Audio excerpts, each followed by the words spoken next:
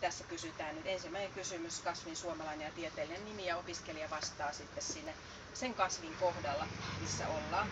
Sitten siellä on myös monivalintaa. Tämä on tosi harmi, kun se niin huonosti näkyy. Eli monivalinnassa esimerkiksi kysytään tässä kasvupaikkavaatimuksia ja sieltä voi ruksia ne oikeat vaihtoehdot. Nyt tässä on sitä reitin tekoa. Tuleeko se siis jotenkin automaattisesti sen opiskelijan siihen Tulee sitten, kun mä oon tavallaan aktivoinut sen tentin ja hyväksyn ne opiskelijat siihen tenttiin ja sitten lähdetään. Et se lähtö on tavallaan kyllä niin kuin yhtä aikaa tai ainakin tietyn ajan puitteissa, että se ei voi olla silleen, että joku tekee sen, no ainakaan tässä mun mallissa vielä, mutta tämä on just tätä kehittelyä sitten, että mitä se voisi olla joku päivä. Tässä viedään ihan normaalisti tikut maastoon, eli kasvi 1, kasvi 2, kasvi 20. Ja siellä sitten, tosiaan niin mä tein tietysti Google Mapsilla sen reitin. Ja reittihän voisi olla tämänkin näköinen, mutta sitähän ei voi niinku yhtä aikaa avata sen mobiilitentin kanssa. Et muuten se opiskelija niinku joutuu ulos sieltä tentistä eikä pääse sit siihen uudestaan. Että täytyisi olla sit 2 mobiililaitetta. Tätä pitää miettiä. Nämä toimii kyllä nämä kartat meillä niillä kasvikierroksilla ihan hyvin, että niitä voi joko ladata puhelimeen ja kävellä sitten se kartan pohjalta siellä kasvikierroksella tai sitten käyttää paperiversiota. Että tämäkin on sinänsä parempi kuin ei mitään. Mutta tuo kohta, että miten se mobiilitenttireitti tehdään, niin on tässä vielä aika perinteisellä tasolla, eli tikut viedään maastoon ja sieltä se sitten pitäisi löytyä. Tai siinä täytyy sitten olla opastusta tai jotakin. Tai sitten näkyy aina tikulta seuraavalle tikulle. Tässä sitten on kokeilu tentistä 9.5. Opiskelijat tekee. Näin sinänsä sen kummemmin kerro. Kovasti siinä keskitytään. Ja onko se siis joku QR-koodi siinä tikussa?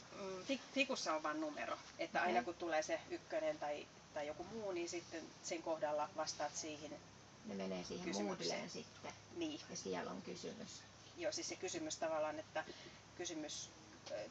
kasvilaji 1 ja sitten vastaat siihen ja kasvilaji 2. Mutta esimerkiksi tässä oli ohjeistus, että vastaa aina 2 kysymykseen kunkin kasvilajin kohdalla, niin mä sain vähän tietoa tai sain laittaa sen toisenkin kysymyksen, niin mikä musta on tärkeää tietää sen suomalaisen ja tieteellisen nimen tai sen tunnistamisen lisäksi, että jotakin muuta ominaisuuksia siitä kasvista. Periaatteessa siinä on joku vapaa kenttä, mihin ne kirjoittaa. Niin on sitten. Joo. Ja sitten toisen kysymyksen kohdalla oli monivalinta. Kyllä mä ainakin tykkäsin tästä innostuneisuudesta. Tietysti oppilaatkin oli vapaaehtoisesti sinne valikoituneet. Ja tätä voisi varmaan pari tenttinäkin sitten. Näetkö se sitten, että kuka siihen on vastannut? Joo. Että ne kirjautuu siihen ensin? Joo, eli tässä on sitten sitä raporttia tämän yhden opiskelijan kohdalta. Ja hän on vastannut tässä nyt sitten, näkyy suomalainen ja tieteellinen nimi.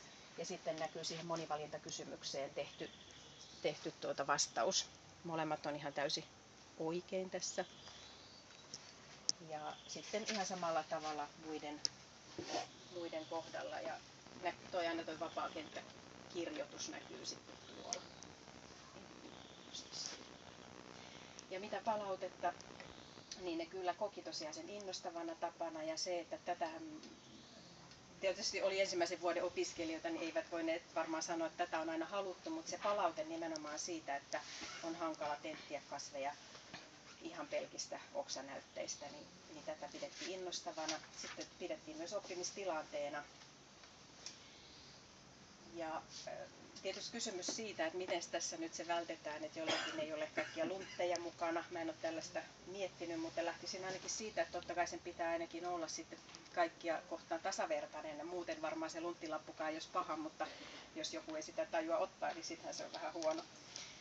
Ja sitten tosiaan näissä joissakin puhelinmalleissa niin ei näy kaikki kysymykset sit aurinkoisella säällä. Mulla itselläni on just sellainen malli, niin kuin oma puhelin, sitten taas työpuhelin, se Samsungin puhelin, niin silloin taas näkyy kaikki hyvin. Kaikkea tällaista voi tulla. Mun omat ajatukset varmaan tuli aika paljon tämän esityksen mukana ja voisin ajatella, että jos nyt olisi enempi opiskelijoita, yli 10, niin varmaan tätä palautettakin tulisi monenlaista.